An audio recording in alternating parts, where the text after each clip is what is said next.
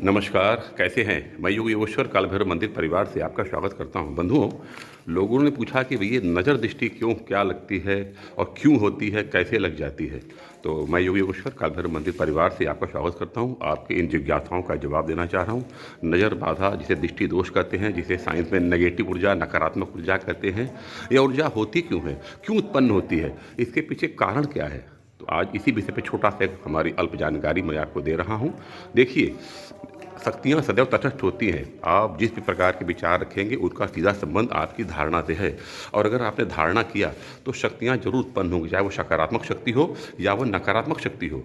तो आप जब किसी को देखेंगे, तो आपका भाव, मनोभाव उस प्रकार के भाव से जब मंथन होगा ना, तो उसमें एक विचार का जन्म होगा।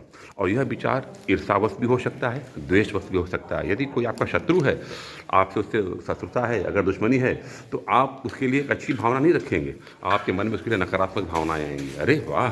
बड़ा बन रहा है, बड़ा ठन रहा है। तो उसका परिणाम आएगा कि उसके ऊपर नकारात्मक ऊर्जाएँ अपना प्रभाव दिखलाएँगी। वहीं दूसरी बात, दमित इच्छा। आप हमारे बड़े अच्छे शुभचिंतक हैं, बड़े अच्छे मित्र हैं, हम आपके लिए बहुत विजयश्री की कामना कर रहे हैं। परंतु यदि आपको लगता है कि अरे! हम क्यों नहीं पा रहे, इतना हमने प्रयास किया, आप हमारे बड़े अच्छे शुभचिंतक हैं, मगर अज्ञात रूप से आपने नकारात्मक ऊर्जा को जन्म दे दिया। और यही नकारात्मक ऊर्जा जो सामने वाले की ऑरा होती है, उसको जाके यह बाधित करती है, उसकी गति को यह प्रभावित कर देती है। तो आपको लगता है कि हम यहाँ गए थे और इन्होंने कहा कि अरे बड़ा जलीली काम कर दिया, आप ही कर लेते हैं, हम कर नहीं पाते। इन शब्दों में यह बड़ा जल्दी तरक्की किया है, लगता है ज़रूर इसने कुछ गलत तरीका किया होगा, या जो भी आपके मन में मनोभाव हैं, वो सारे मनोभाव एक विचार को जन्म देते हैं। और वो विचार क्या करता है, जब आप नकारात्मक विचारों को सृजन करते हैं ना, तो आपको इसकी अनुभूति भी नहीं होती कि हम अनजाने में अज्ञात पाप कर रहे हैं। देखिए, पाप भी दो प्रकार के होते हैं, ज्ञात पाप और अज्ञात पाप। तो ज्ञात पाप आप जानबूझ के ईर्ष्यावश करते हैं, दूसरे का अहित करने की कामना से, वो भी प्रभाव करता है। मगर जो अपने होते हैं ना, जैसे कभी नहीं कहता है कि लगता है हमारी खुद की नज़र लग गई। यह नज़र होता क्या है, जब आप अपने ही एनर्जी को डिस्टर्ब करने लगते हैं, अरे वाह तुम तो बहुत जल्दी, मैं तो बहुत अच्छा कर रहा हूँ, मैं बहुत जल्दी कर रहा हूँ। तो ये सारी चीज़ें नेगेटिव ऊर्जा को जन्म देती हैं। इसलिए यदि कभी किसी के मन में देखकर अगर शत्रुता का भाव, ईर्ष्या का भाव आए ना, या आपको लगता है कि हम इनको कहेंगे कि अरे आप तो कर लिए, हम नहीं कर पाए, तो आप उसमें समभाव हो जाइए, कहिए भगवान की कृपा है, आप और अच्छा करें। अगर आप ऐसा करते हैं, उसको कहेंगे ना, तो उसे ऊर्जा नहीं, उसे नकारात्मक ऊर्जा नहीं, उसे सकारात्मक ऊर्जा मिलेगी और आपको भी मिलेगी। वहीं जब आप किसी को इस प्रकार से विचारों से जब आप प्रभावित होकर नकारात्मक विचारों को जब आप कहते हैं, तो वह व्यक्ति क्या करता है, वो दंड लगवाता है जाकर भैरव जी मंदिर में। तो उसकी सारी बुरी ऊर्जाएं, बुरी दृष्टि दोष समाप्त हो जाती है। इसलिए दूर दूर से यहाँ पर भैरव के भक्त, साधक या बड़े बड़े ऋषि मुनि तक आके यहाँ पर दंड लगवाते हैं।